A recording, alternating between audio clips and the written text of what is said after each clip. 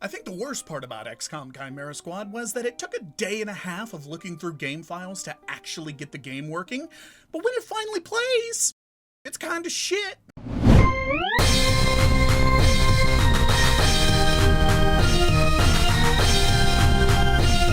So, after a mountain of anticipation, which is like a week nowadays, XCOM Chimera Squad was dropped upon us, coming once again from Firaxis off the heels of XCOM 2, a critically lauded entry into the series. Firaxis has once again given us an in-betweener game to whet our appetite and test some new features. Chimera Squad is built around City 31, a city where 5 years after the war with the Elders is a melting pot of all the alien species. It does have a political message about diversity and all that, but it's not like an overbearing one. They maybe hit on it once or twice. More so think like a morning kids show type message.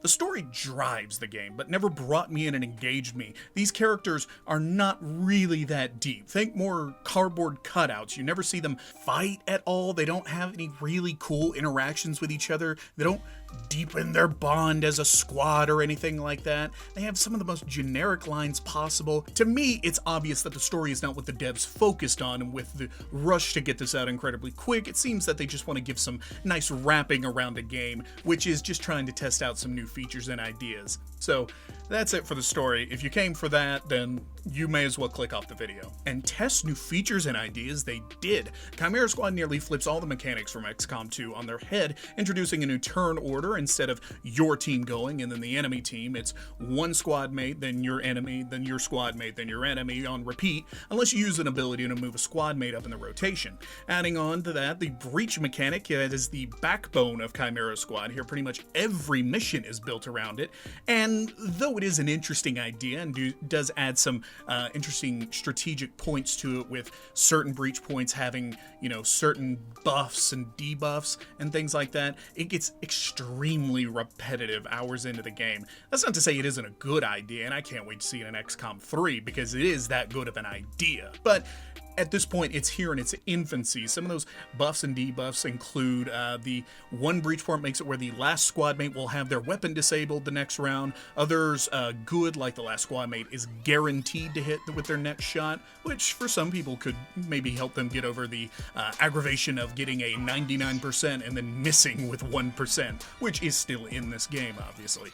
It does provide a moment of thought before you set the stack on the door. It gives you set characters, and these characters cannot die. In an XCOM game, a series that thrives on you watching your friends and loved characters die. But the diversity between squad mates, a psionic boy, you snake lady, you advent mutant thing, I thought the abilities for each unique character would be a good idea. We do lose customization, but we gain really interesting gameplay from unique squad mates. Yeah, no. They each have different abilities, sure, but the drone girl does healing like they did in XCOM 2. Shield boy, which is new, and he soaks up damage and charges shit. That's what he does, and he carries around a bomb that you can blow up a wall or two. After a while, it gets very boring. And experimenting does give you advantages to work with, though you don't exactly have to work too hard to figure out what you should send Shield Boy in first and leave the medic at the back. The City 31 map, another hang-on from XCOM 2, I played on harder and the lower difficulties this time around. Didn't take me long to get through the game at all. And never lost once. It's not bragging, it's just not really that hard to figure out what the districts to focus on to bring down the unrest, unless you just skip days and don't do anything. You simply shouldn't lose in this game.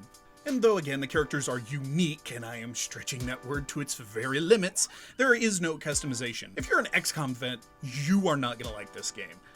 Failing missions, having one of your characters die after bleeding out, simply just insta-fails the mission, and it either makes you restart the mission or load a save. But don't worry, because you won't experience that much, because the game is incredibly easy. I maybe in the beginning had a character go down once or twice, maybe. Heck, even seen on an extraction mission from another YouTuber, they had a character go down while all of his other soldiers extracted, and the game just said, "You win!" I don't know what that says about the character for the game to hate them so much, but win's a win! The game is just a lot of, wait, what? Moments, and I haven't gotten to the bugs and glitches yet at this point. On the technical side, it started with being able to get the game to even start, which then made me reinstall it. Played for an hour, closed it, and then wouldn't open again. This is a very strange red screen error as well, like the devs left the error messages on from when they were making the game.